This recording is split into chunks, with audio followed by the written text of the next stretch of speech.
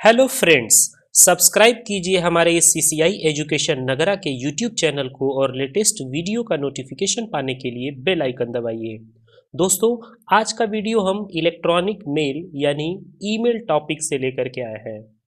दोस्तों, आज के इस वीडियो में टॉप 25 क्वेश्चंस जो होंगे वह ईमेल से जुड़े हुए होंगे, जिसे हम इलेक्ट्रॉनिक मेल कहते हैं। तो वीडियो को लास्ट तक बिना स्किप किए हुए देखिएगा। आशा करता हूँ ईमेल से रिलेटेड जितने भी क्वेश्चंस बन सकते हैं वो सब आपको इस वीडियो के माध्यम से कवर हो जाए। तो चलिए बिना देर किए शुरू करते हैं इस इम्पॉर्टेंट वीडियो को। नमस्कार दोस्तों, मैं अभय पांडे सीसीआई एजुकेशन नगरा के इस डिजिटल क्लास में आप सभी का फिर से एक बार स्वागत करता हूं। दोस्तों, मैं आपको ज़रूर ये कहूँगा कि आप इन सभी क्वेश्चंस को बहुत ध्यान से देखिएगा और साथ ही साथ एक पेन और कॉपी लेकर के बैठिए, ताकि किस क्वेश्चन का कौन सा राइट आंसर है वो मेरे बताने के पहले ही आप लगा लें, ताकि वीडियो फिनिश होने के बाद आप मिला सकें कि आपने कुल कितने सही क्वेश्चंस को अटेम्प्ट किया है। आज का वीडियो खास इसलिए भी होने वाला है क्योंकि आज मैं सभी ऑप्शनों के बारे में भी डिस्कस करूंगा। तो वीडियो को लास्ट तक देखिएगा। सबसे पहला यहाँ पर क्वेश्चन दिया हुआ है, निम्न में से कौन ईमेल प्रोवाइडर नहीं है। जी हाँ दोस्तों, यहाँ पर नहीं वर्ड जो है वो ऐड हुआ है, जो इस क्वेश्चन को बहुत ही ज़्यादा स्पेशल बना दे रहा है। तो प्रश्न को ध्यान से एक बार फिर से पढ़ लेते हैं कि निम्न में कौन ईमेल प्रोवाइडर नहीं है। अब यहाँ पर ऑप्शन देखिए दिया हुआ है। ए ऑप्शन है Gmail, Yahoo mail, Opera mail या फिर रेडिफ मेल। जी हाँ दोस्तों, यहाँ पूछा गया है ईमेल प्रोवाइडर कौन सा नहीं है। तो आपको बता दें, जीमेल का पूरा नाम होता है गूगल मेल, इसके अलावा याहू मेल, ओपेरा मेल और रेडिफ मेल दिया हुआ है। तो मुझे आशा है कि आपने बिल्कुल राइट आंसर अपने नोटबुक पे लिख लिया होगा और इसका राइट आंसर हो जाएगा ऑप्शन सी, ओपेरा मेल। जी हाँ दोस्तों, ओपेरा मेल जो है यह कोई मेल प्रोवाइडर नहीं होता है। जी हाँ दोस्तों, ओपेरा मेल नाम का कुछ होता ही नहीं है। ओपेरा मिनी होता है या ओपेरा एक ब्राउज़र है। अगर बात करें तो गूगल कंपनी द्वारा बनाया गया जो ईमेल प्रोवाइडर है उसको जीमेल कहा जाता है और दुनिया में सबसे ज़्यादा इस जीमेल का ही यूज़ किया जाता है। इसके अलावा याहू कंपनी द्वारा बनाया गया याहू मेल है।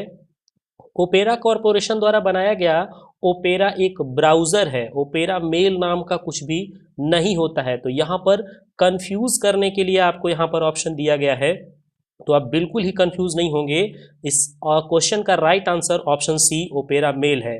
जबकि रेडिफ मेल नाम का आपको एक मेल मिल जाता है। तो ये तीन तो आपको मेल मिल जा रहे हैं, इसमें जीमेल, याहू मेल और रेडिफ मेल है।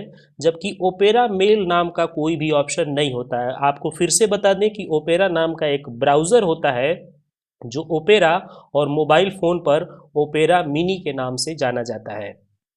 आगे बढ़ते हैं हम लोग सेकंड क्वेश्चन के तरफ। बहुत ही खास और बहुत ही स्पेशल क्वेश्चन है।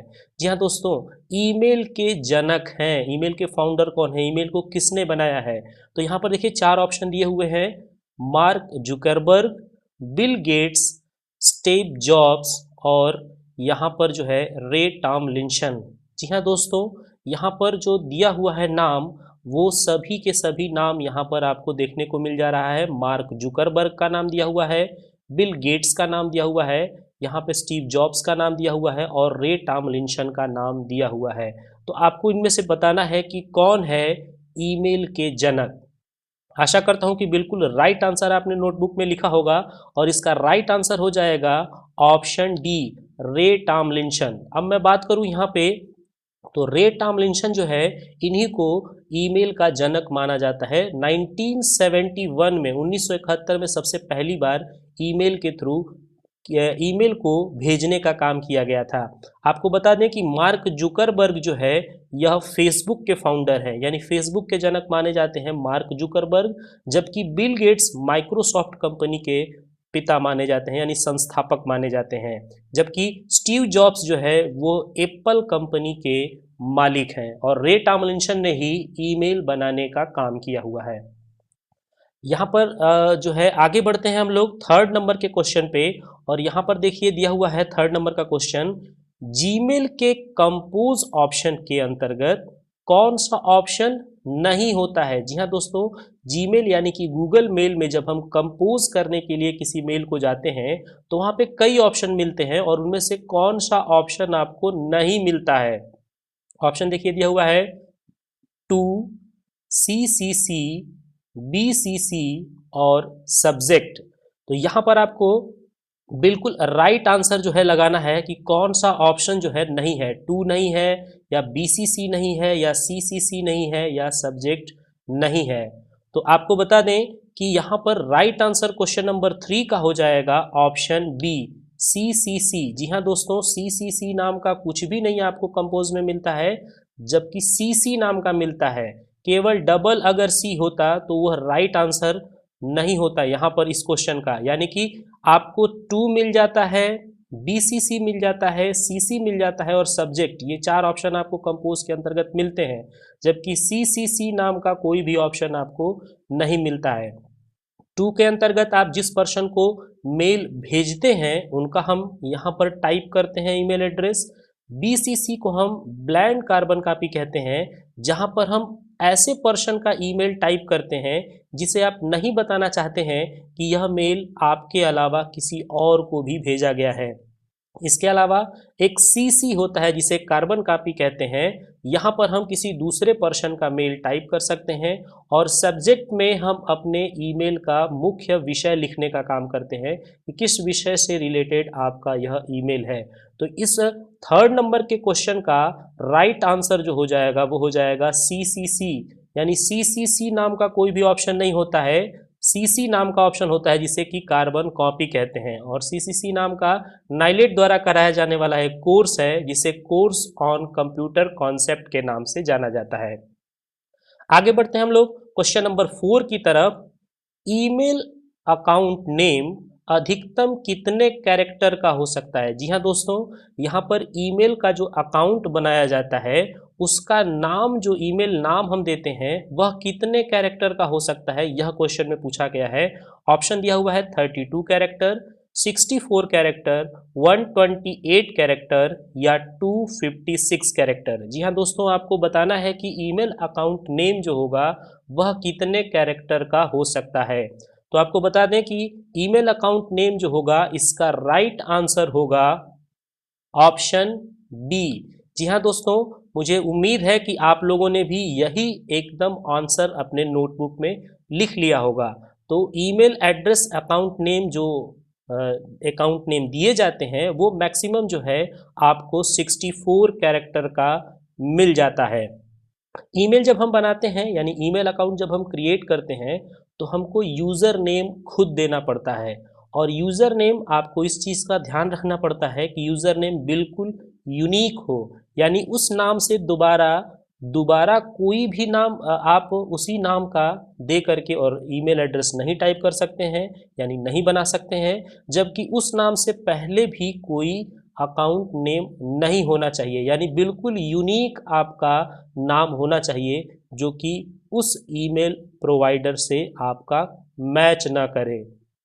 आगे बढ़ते हैं हम लोग क्वेश्चन नंबर 5 के तरफ। बहुत ही खास क्वेश्चन दिया हुआ है, ईमेल एड्रेस में यूजर नेम और सर्वर नेम को किस चिन्ह से अलग किया जाता है। जी हाँ दोस्तों, यहाँ सिंबल की बात हो रही है कि जो ईमेल एड्रेस होते हैं उनमें यूजर का नाम और सर्वर का नाम किस चिन्ह से अलग किया जा सकता है। तो यहाँ पर देखिए ऑप्शंस में अलग अलग ऑप्शंस दे रखे हैं। हैज़ का ऑप्शन दे रखा है, एक तरह का अलग सिंबल्स आपको यहाँ पर बी वाले ऑप्शन में मिल जा रहा है जिसको हिंदी में विस्मयादि बोधक चिन्ह के नाम से जाना जाता है। इसके बाद @ का आपको सिंबल मिल जा रहा है और डॉलर का आपको सिंबल मिल जा रहा है। तो आपको बता दें कि अगर ईमेल एड्रेस आप टाइप करते हैं तो ईमेल एड्रेस में जो यूज़र नेम और सर्वर नेम होते हैं उनको @ से अलग किया जाता है। जी हाँ दोस्तों, तो राइट आंसर यहाँ पर हो जाएगा ऑप्शन सी, @ जैसे उदाहरण के तौर पे मैं आपको बता दूं कि मेरा ईमेल एड्रेस cci nagara@gmail.com है। तो यहाँ पर CCI नगरा जो है वह हमारा यूज़र नेम है, जबकि जीमेल जो है वो सर्वर का नाम है और .com जो है वो सर्वर का एक्सटेंशन है। तो इन दोनों को अलग करने के लिए @ सिंबल का यूज किया जाता है। इसे @ या @ के नाम से भी जाना जाता है। आगे बढ़ते हैं तो क्वेश्चन नंबर यहाँ पर 6 दिया हुआ है। बहुत ही खास क्वेश्चन है, बहुत बार ये रिपीट हुआ है, तो इसको आप बहुत ध्यान से देखिएगा। जीमेल कितने जीबी तक निःशुल्क डाटा स्टोर करने की सुविधा देता है? जी हाँ दोस्तों, जीमेल यानी कि गूगल मेल आपको कितने जीबी तक का डेटा निःशुल्क में स्टोर करके रखने की सुविधा प्रदान करता है? ऑप्शन देखिए दिया हुआ है 10 जीबी, 15 जीबी, 20 जीबी या 25 जीबी। तो आपको यहाँ पर बताना है कि जीमेल जो है वह कितना जीबी निःशुल्क डाटा आपको स्टोर करने की सुविधा देता है। तो दोस्तों बता दें, यहाँ पर इस क्वेश्चन का राइट आंसर हो जाएगा ऑप्शन बी। जी हाँ दोस्तों, 15 जीबी तक आपको निःशुल्क में डाटा स्टोर करने की सुविधा जीमेल पर मिल जाती है। जीमेल जो है वो गूगल कंपनी द्वारा बनाया गया एक ईमेल प्रोवाइडर है, जो कि आपको आजकल एंड्रॉयड मोबाइलों में डिफ़ॉल्ट में ही मिल जाता है। एंड्रॉयड मोबाइल में आप देखते हैं कि गूगल द्वारा बनाए गए बहुत सारे प्रोडक्ट, जैसे कि जीमेल, गूगल का मैप, इसके अलावा यूट्यूब और भी बहुत सारी गूगल से रिलेटेड सुविधाएं आपको आपके एंड्रॉयड मोबाइल में मिल जाता है। आगे बढ़ते हैं तो क्वेश्चन नंबर 7 बहुत ही खास है। देखिए यहाँ पर दिया हुआ है, जंक में मौजूद मैसेज कितने देर बाद स्वतः ही डिलीट हो जाता है? जी हाँ दोस्तों, जंक नाम का एक फोल्डर होता है आपके ईमेल के अंतर्गत, उसमें जो भी मैसेज होते हैं वो कितने दिन बाद ऑटोमेटिकली, स्वतः का मीन्स है ऑटोमेटिकली, अपने आप डिलीट हो जाता है। तो यहाँ पर देखिए ऑप्शन दिया हुआ है 30 डेज में यानी 30 दिन में, 60 दिन में, 90 दिन में या फिर प्रतिदिन। तो आपको यही बताना है कि जंक के अंतर्गत जो भी मैसेज होते हैं वो अपने आप कितने दिनों बाद डिलीट हो जाते हैं। मुझे आशा है कि आप लोगों ने बिल्कुल राइट आंसर अपने नोटबुक में लिख लिया होगा और इसका राइट आंसर हो जाएगा ऑप्शन सी, 90 दिनों में। जी हाँ दोस्तों, 90 दिनों के अंदर में जंक के अंतर्गत जो भी मैसेज होते हैं वो अपने आप स्वतः ही डिलीट हो जाते हैं। आगे बढ़ते हैं तो यहाँ पर देखिए अगला क्वेश्चन दिया हुआ है, क्वेश्चन नंबर 8, बहुत ही खास है। जीमेल में कंपोज करके सेव किए गए मेल का प्रदर्शन कहाँ होता है? जी हाँ दोस्तों, जीमेल के अंतर्गत जब आप कोई भी मेल कंपोज करते हैं और आप उसे भेजते नहीं हैं, सेव कर देते हैं, तो वह मेल किस फोल्डर में चला जाता है, यानी कि कहाँ पर आपको दिखाई देता है? इनबॉक्स में, ड्राफ्ट में, आउटबॉक्स में या फिर सेंट मेल में? तो देखिए सबसे पहले यहाँ पर डिस्कस कर लेते हैं। तो इनबॉक्स में जो भी मैसेज आए रहते हैं वह सभी मैसेज जो है इनबॉक्स के अंतर्गत हमको मिल जाता है, जबकि कंपोज करके सेव किए गए मेल जो है हमें ड्राफ्ट के अंतर्गत मिल जाता है। जी हाँ दोस्तों, तो राइट आंसर ड्राफ्ट हो जाएगा। आप ऑप्शन सी के बारे में देखते हैं तो ऑप्शन सी में दिया हुआ है आउटबॉक्स। आपको बता दें, कई बच्चे जो है आउटबॉक्स और सेंड मेल में बहुत ही ज़्यादा कंफ्यूज होते हैं, तो आप बहुत ध्यान से इनको समझ लीजिए। आउटबॉक्स के अंतर्गत वह मैसेज शो होते हैं जो सेंडर द्वारा भेज दिया गया है और वह रिसीवर के पास अभी नहीं पहुंचा है, यानी भेजे गए मैसेज जो जब तक डिलीवर्ड नहीं होता है तब तक वह आउटबॉक्स में मिलता है, और जैसे ही वो रिसीवर के पास डिलीवर्ड हो जाता है तो वही मेल आउटबॉक्स से निकल करके और सेंड मेल में आपको मिल जाता है। तो यहाँ पर आपको बहुत ही आसानी से इन चारों ऑप्शंस में अंतर समझ लेना चाहिए। इनबॉक्स में सभी आए हुए मैसेज, ड्राफ्ट के अंतर्गत कंपोज करके सेव किए गए मैसेज, जबकि आउटबॉक्स में भेजे गए मेल जो डिलीवर्ड अभी नहीं हुए हैं वो आउटबॉक्स में, और सेंड मेल के अंतर्गत वो सभी मेल आपको दिखाई देते हैं जो आपके यहाँ से भेजे जा चुके हैं और रिसीवर को वो रिसीव हो चुका है, यानी डिलीवर्ड हो चुका है। आगे बढ़ते हैं तो क्वेश्चन नंबर 9 यहाँ पर दिया हुआ है, बहुत ही खास। ईमेल मैसेज किसके द्वारा सुरक्षित होता है? जी हाँ दोस्तों, ईमेल मैसेज की बात हो रही है कि वो किसके द्वारा सुरक्षित होता है। ऑप्शंस में देखिए दिया हुआ है इंक्रिप्शन, ट्रैश, कैप्शन और मिररिंग। जी हाँ दोस्तों, आपको इन चारों ऑप्शंस में से जो सबसे सटीक आंसर लग रहा है उसे आप अपने नोटबुक पे लिख दीजिएगा। ईमेल मैसेज किसके द्वारा सुरक्षित होता है, और आपको बता दें यहाँ पर इसका राइट आंसर हो जाएगा इनक्रिप्शन। जी हाँ दोस्तों, ऑप्शन ए बिल्कुल सही हो जाएगा। इनक्रिप्शन के थ्रू ही ईमेल जब हम एक जगह से दूसरी जगह भेजने का काम करते हैं तो वह सेफ होता है और अपने अ, गंतव्य तक यानी जहां पर वह मेल को जाना है वहां तक आसानी से पहुंचता है। जबकि ट्रैश उसके अंतर्गत एक बना हुआ फोल्डर होता है जहां पर आपको अनवांटेड मैसेज मिल जाते हैं। कैप्शंस जो होते हैं ये एमएस वर्ड में आपको यूज़ करने की सुविधा मिलती है। एमएस वर्ड में जब आप किसी तरह का इमेज यूज़ करते हैं और उस इमेज का कोई नाम देना चाहते हैं तो आप वहां पर कैप्शन का यूज़ करते हैं। दोस्तों यहाँ पर ऑप्शन ए यानी इनक्रिप्शन बिल्कुल राइट आंसर होगा। आगे बढ़ते हैं तो यहाँ पर देखिए क्वेश्चन नंबर 10 दिया हुआ है, ईमेल में कौन सा प्रोटोकॉल प्रयोग किया जाता है। जी हाँ दोस्तों, ईमेल में कौन सा प्रोटोकॉल यूज होता है। प्रोटोकॉल के बारे में मैंने अपने पुराने वीडियोस में भी आप लोगों को बता दिया है। प्रोटोकॉल को कहा जाता है सेट ऑफ रूल्स यानी नियमों का समूह। जी हाँ दोस्तों, इंटरनेट पर जब भी हम किसी तरह का डेटा ट्रैवल कराते हैं यानी कि डाटा का आदान प्रदान करते हैं, एक जगह से दूसरी जगह भेजते हैं, तो उसमें सबसे ज़्यादा महत्वपूर्ण रोल प्रोटोकॉल अदा करता है। और प्रोटोकॉल नियमों का समूह होता है, कहाँ से मैसेज भेजे जाने हैं और कहाँ पर वह मैसेज रिसीव होना है, इन सभी का निर्धारण प्रोटोकॉल के द्वारा होता है। और यहाँ पूछा गया है कि ईमेल में कौन सा प्रोटोकॉल प्रयोग किया जाता है। तो यहाँ पर देखिए नाम दिए हुए हैं FTP, POP, SMTP या ऑल ऑफ एबव। तो आपको बता दें, सबसे पहले तो हम इनके पूरा नाम समझ लेते हैं। FTP का पूरा नाम है फाइल ट्रांसफर प्रोटोकॉल, यानी कि एक फाइल को एक डिवाइस से दूसरे डिवाइस में अगर ट्रांसफर करना हो तो वहां पर FTP का यूज किया जाता है। और ईमेल के अंतर्गत आप फाइलों का भी ट्रांजैक्शन कर सकते हैं। दूसरा दिया हुआ है POP यानी पोस्ट ऑफिस प्रोटोकॉल। जी हाँ दोस्तों, POP का पूरा नाम है पोस्ट ऑफिस प्रोटोकॉल और इसके कई सारे वर्जन हैं, POP2, POP3, इस तरह के इसके कई सारे वर्जन हैं। इसके अलावा दिया हुआ है SMTP यानी सिंपल मेल ट्रांसफर प्रोटोकॉल।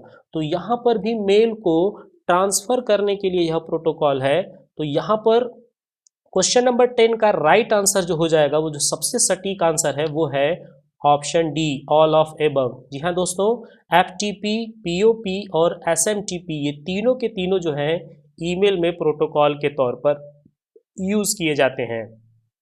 आगे बढ़ते हैं तो यहाँ पर देखिए क्वेश्चन नंबर 11 दिया हुआ है, ईमेल भेजने के लिए आवश्यक है। अगर आप ईमेल भेजना चाहते हैं तो आपके लिए आपके पास क्या क्या होना चाहिए, क्या आवश्यक है। तो सबसे पहले दिया हुआ है रिसीवर ईमेल एड्रेस। जी हाँ दोस्तों, जिसको आप मैसेज भेजना चाहते हैं उसका ईमेल एड्रेस आपके पास होना चाहिए। दूसरा ऑप्शन दे रखा है इंटरनेट। जी हाँ बिल्कुल, इंटरनेट कनेक्शन का भी होना बहुत ज़रूरी है।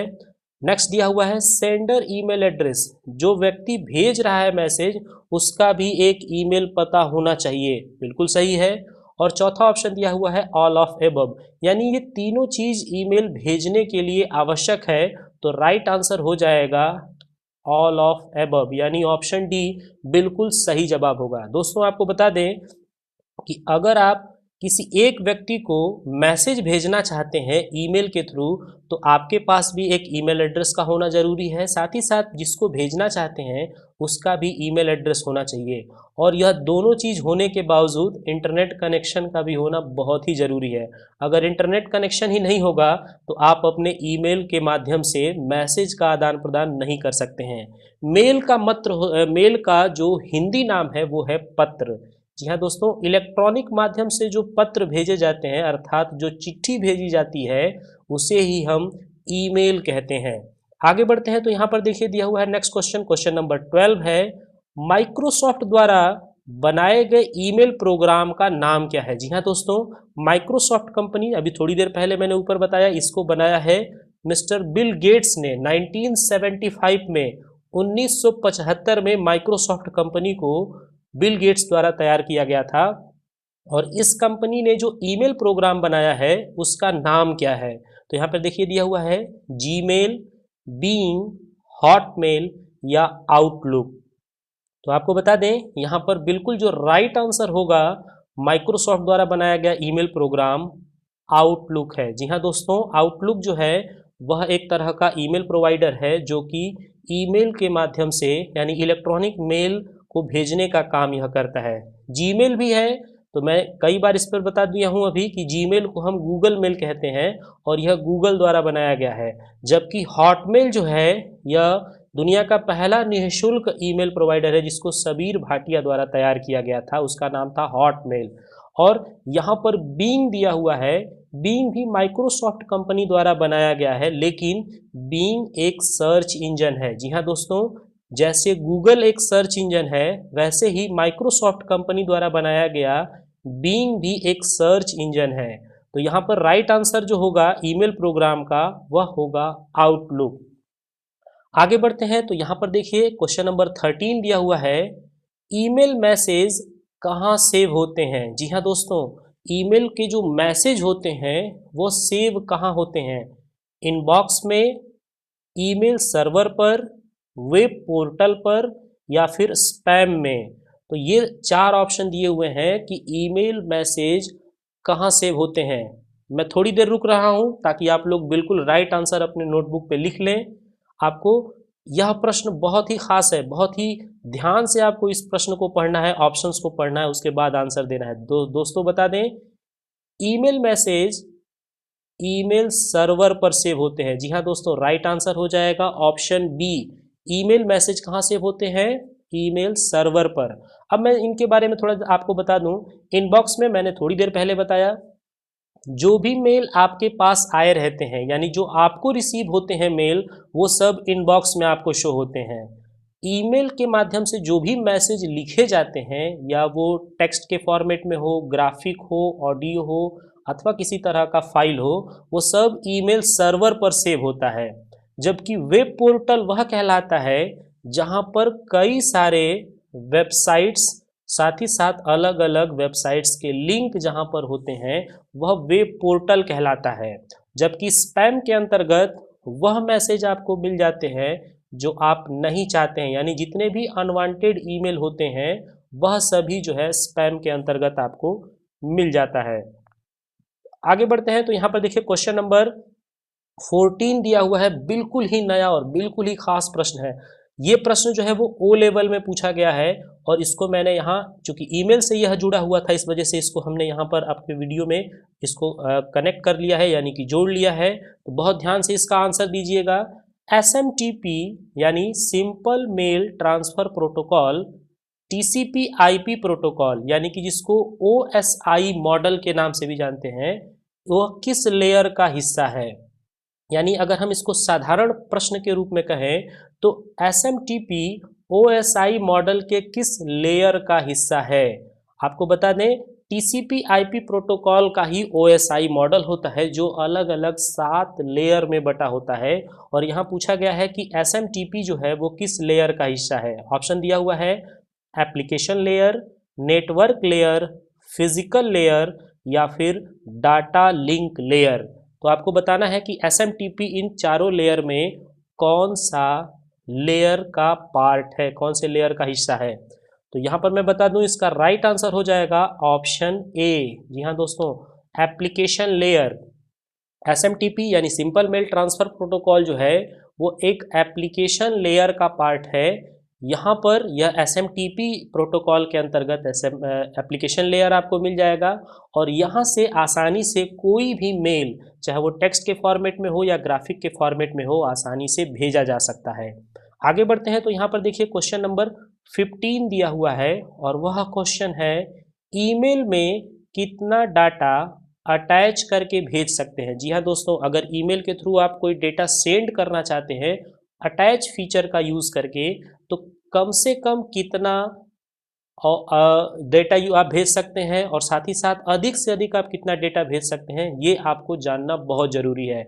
तो यहाँ अधिक से अधिक डेटा भेजने की बात हो रही है। ईमेल में कितना डेटा अटैच करके भेज सकते हैं, कितना डेटा यानी कि मैक्सिमम कितना डेटा आप यहाँ अटैच करके भेज सकते हैं। ऑप्शन दिया हुआ है 20 MB, 25 MB, 100 MB या फिर 1 GB। तो आपको बता दें, MB का पूरा नाम है मेगाबाइट और GB का नाम है गीगाबाइट।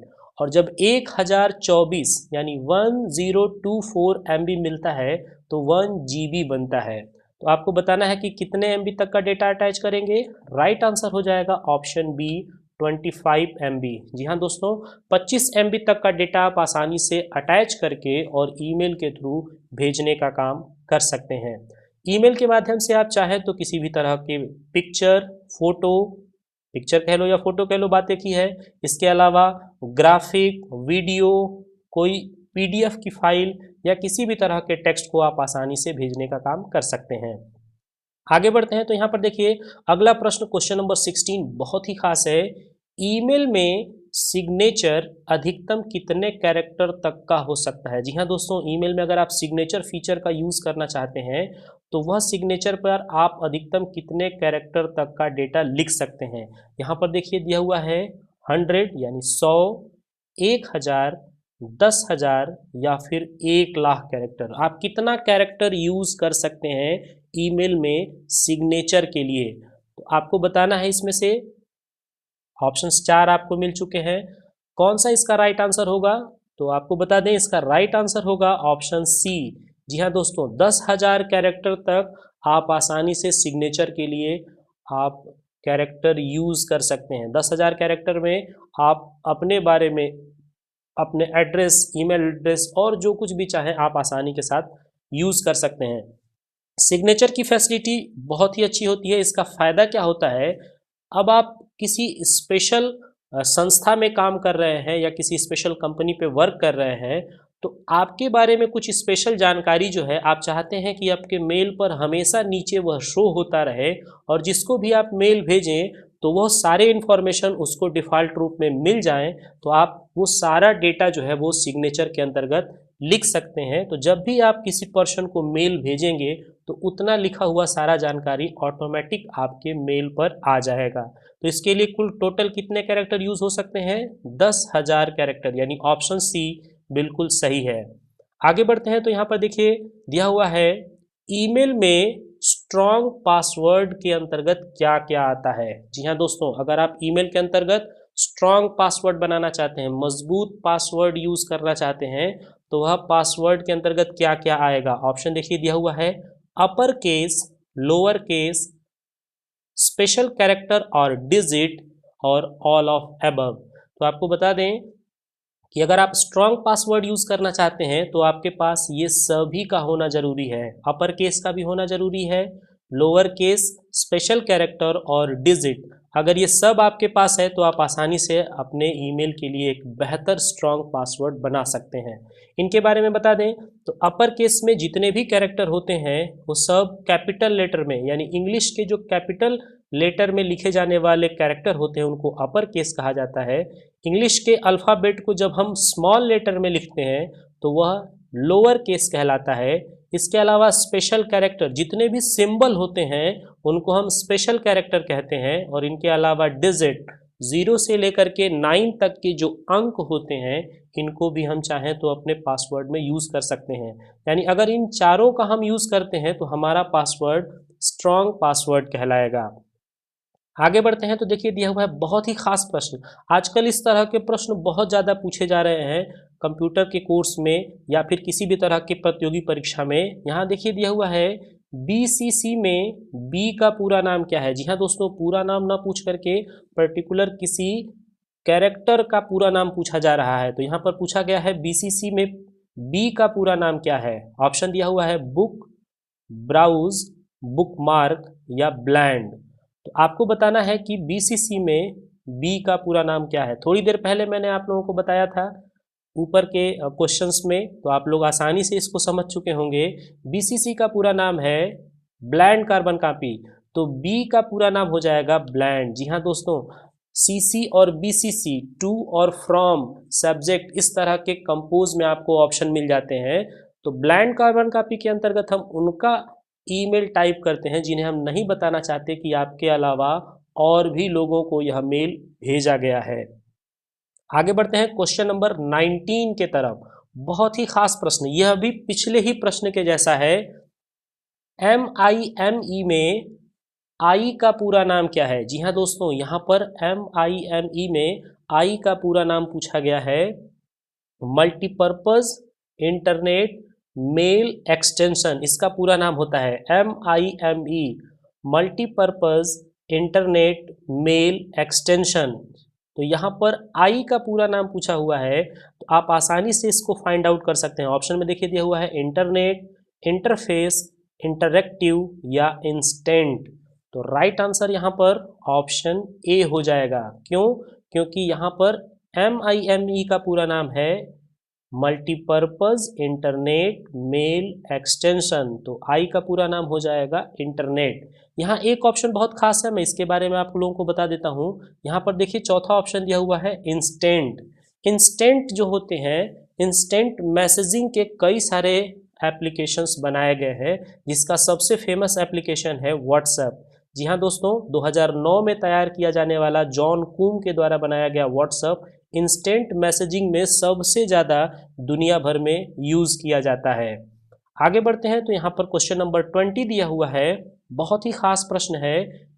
ईमेल ओपन करने पर कौन सा टैब दिखाई नहीं देता है? जी हाँ दोस्तों, बहुत ही खास प्रश्न है। ईमेल जब आप ओपन करते हैं अपने लैपटॉप में, अपने कंप्यूटर में, तो आपको कौन सा टैब इसमें से शो नहीं होता है? ऑप्शन दिया हुआ है प्राइमरी, सोशल, प्रमोशन या फिर अपडेट। ये चारों के चारों ऑप्शन आपको टैब के रूप में जब आप ईमेल ओपन करते हैं तो मिल जाता है। ये चारों के चारों ही मिलते हैं, लेकिन कौन सा टैब इसमें आपको शो नहीं होता है? ऑप्शंस में एक मैं फिर से पढ़ देता हूँ, प्राइमरी, सोशल, प्रमोशन या फिर अपडेट। तो आपको बता दें इसका राइट आंसर हो जाएगा अपडेट। आप अपडेट को चाहो तो शो और हाइड करा सकते हो, ये आपको दिखाई नहीं देता, आप चाहो तो इसे बाद में ला सकते हो। जबकि ये तीन ऑप्शन आपको जब भी ईमेल ओपन करते हैं तो मिल जाता है, प्राइमरी, सोशल और प्रमोशन। इनके बारे में बता दें तो प्राइमरी के अंतर्गत जो भी मेल आपके पास आए रहते हैं, जो प्राथमिक होते हैं, वो सब आपको प्राइमरी के अंतर्गत मिल जाते हैं। जबकि सोशल नेटवर्किंग साइट से रिलेटेड जितने भी मेल होते हैं वो सबको सोशल के अंतर्गत कैटेगराइज करके रखा जाता है। और जितने भी ऐड वगैरह आते हैं आपके ईमेल पर, वो सब प्रोमो के अंतर्गत यानी प्रमोशन के अंतर्गत आपको मिल जाते हैं। यहाँ पर आपको एक अपडेट नाम का ऑप्शन हाइड होकर के मिलता है, आप चाहो तो उसे लगा सकते हो। आगे बढ़ते हैं, तो यहाँ पर देखिए अगला प्रश्न बहुत ही स्पेशल है, बहुत ही रोचक है। ईमेल पासवर्ड किसे बताना चाहिए? जी हाँ दोस्तों, अगर आप ईमेल अकाउंट बनाए हुए हैं, आपने जो स्ट्रॉन्ग पासवर्ड बनाया है उसे आप किसे बता सकते हो? माता पिता को, पति या पत्नी को, भाई बहन को, या इनमें से कोई नहीं? आपको बताना है कि भाई अगर ईमेल एड्रेस आपने तैयार किया है और आपने पासवर्ड तैयार कर दिया है, तो वो पासवर्ड आप किसके साथ शेयर कर सकते हो?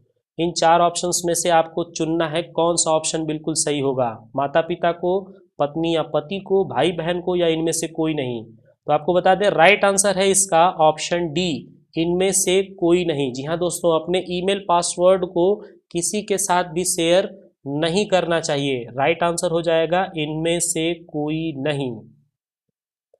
आगे बढ़ते हैं, तो यहाँ पर देखिए क्वेश्चन नंबर 22 बहुत ही खास है। एक ईमेल सर्वर पर एक ही नाम से कितने अकाउंट खोले जा सकते हैं? जी हाँ दोस्तों, एक ईमेल सर्वर पर एक ही नाम से कितने अकाउंट आप ओपन कर सकते हैं?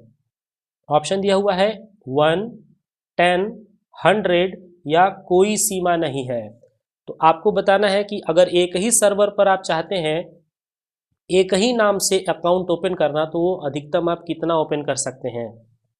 इसके बारे में मैंने इसी वीडियो में आप लोगों को अभी थोड़ी देर पहले ऊपर बताया है, और मुझे उम्मीद है कि आप लोगों ने बिल्कुल सही अपने नोटबुक पर राइट आंसर लिख लिया होगा। जी हाँ दोस्तों, इसका राइट आंसर हो जाएगा ऑप्शन ए, केवल एक ही अकाउंट आप बना सकते हैं। आपको मैंने थोड़ी देर पहले ही बताया कि जब हम ईमेल एड्रेस में अकाउंट नाम यानी अकाउंट नेम यानी यूज़र नेम जब टाइप करते हैं तो वो बिल्कुल यूनिक होना चाहिए, और एक नाम का अगर आपने एक सर्वर पर यूज़ कर लिया है तो आप उसी नाम से दोबारा उसी सर्वर पर अपना ईमेल एड्रेस नहीं बना सकते हैं। जैसे उदाहरण के तौर पे मैं आपको बता दूं कि अगर मैंने abhaypande@gmail.com नाम का एक जीमेल पर अकाउंट क्रिएट कर लिया है, तो फिर दोबारा इसी नाम से मैं जीमेल पर नहीं बना सकता। अगर मैं चाहता हूं कि इसी नाम से ईमेल एड्रेस बनाऊं तो मैं सर्वर बदल सकता हूं, जैसे abhaypande@yahoo.com, तो वहां पर इस नाम से बन सकता है, जबकि सेम सर्वर पर एक ही नाम से दो अकाउंट नहीं हो सकते हैं। तो राइट आंसर यहाँ पर हो जाएगा ऑप्शन ए 1। आगे बढ़ते हैं तो यहाँ पर देखिए दिया हुआ है आउटलुक में नया मैसेज लिखने के लिए किस ऑप्शन का प्रयोग करते हैं। जी हाँ दोस्तों, आउटलुक जो माइक्रोसॉफ्ट कंपनी द्वारा बनाया गया ईमेल प्रोवाइडर है, उसमें अगर आप कोई नया मैसेज टाइप करना चाहते हैं यानी नया ईमेल बनाना चाहते हैं तो आप कौन सा ऑप्शन यूज़ करेंगे। यानी मैसेज अगर आप लिखना चाहते हैं आउटलुक में किसी पर्सन को भेजने के लिए तो कौन सा ऑप्शन यूज़ करेंगे, compose mail, new mail, create mail या मेक मेल। आपको बताना है कि इन चारों में से आप किस ऑप्शन का यूज़ करेंगे, compose mail, new mail, create mail या मेक मेल। यहाँ आउटलुक की बात हो रही है, इस बात का ध्यान रखिएगा, यहाँ जीमेल की बात नहीं हो रही है। तो मैं बता दूं इसका राइट आंसर होगा ऑप्शन बी, न्यू मेल। जी हाँ दोस्तों, अगर जीमेल हम यूज़ करते हैं तो वहाँ पर कंपोज करने की सुविधा मिलती है, जबकि आउटलुक हम यूज़ करते हैं तो वहाँ पर न्यू मेल नाम की सुविधा मिलती है जहाँ से आप नया मैसेज लिख सकते हैं। आगे बढ़ते हैं क्वेश्चन नंबर 24 पे। दोस्तों मुझे आशा है कि ये वीडियो आप लोगों के लिए बहुत ही ज़्यादा हेल्पफुल होगी और आप लोगों को बहुत ही अच्छी अच्छी जानकारियाँ इसमें आपको मिलेंगी। ईमेल से रिलेटेड सारे टॉपिक्स आपके कवर हो जाएंगे। वीडियो अच्छा लगेगा तो वीडियो को लाइक करके अपने दोस्तों में शेयर करिएगा, कमेंट करिएगा कि आपको वीडियो कैसा लगा है और साथ ही साथ आप किस टॉपिक पर चाहते हैं कि मैं वीडियो बनाऊं उसे भी आप मुझे कमेंट सेक्शन में बता सकते हैं। मैं पूरी कोशिश करूंगा कि आपके द्वारा सजेस्ट किए गए टॉपिक पर जल्दी से जल्दी वीडियो अपने चैनल पर अपलोड करूं। नंबर 24 यहाँ पर क्वेश्चन दिया हुआ है, आउटलुक में कौन सा फीचर नहीं है। जी हाँ दोस्तों, बहुत ही खास क्वेश्चन यहाँ पर बना हुआ है, आउटलुक में कौन सा फीचर आपको नहीं मिलता है, टास्क का, कॉन्टैक्ट का, कैलेंडर का या मेल मर्ज का। कौन सा आउटलुक में आपको फीचर नहीं मिलता है। फीचर मीन्स सुविधा, कौन सी सुविधा जो है आपको आउटलुक प्रोवाइड नहीं करता है। ऑप्शन टास्क है, कॉन्टैक्ट है, कैलेंडर है और मेल मर्ज है। आपको चुनना है कि कौन सा बिल्कुल सही आंसर है। तो इसका राइट आंसर हो जाएगा ऑप्शन डी। जी हाँ दोस्तों, मेल मर्ज। मेल मर्ज की सुविधा आपको आउटलुक पर नहीं मिलती है, जबकि टास्क की सुविधा, कॉन्टैक्ट की सुविधा और कैलेंडर की सुविधा आउटलुक में आपको मिल जाता है। मेल मर्ज की सुविधा आपको आउटलुक में नहीं मिलती है। मेल मर्ज जो है वो माइक्रोसॉफ्ट कंपनी द्वारा बनाया गया MS वर्ड में आपको मेलिंग टैब के अंतर्गत मेल मर्ज की सुविधा मिलती है, जहां पर किसी एक मेल को तैयार करके और एक साथ मल्टीपल लोगों को आप भेजने का काम कर सकते हैं। तो यहाँ पर मेल मर्ज की सुविधा जो है आपको आउटलुक के अंतर्गत नहीं मिलती है।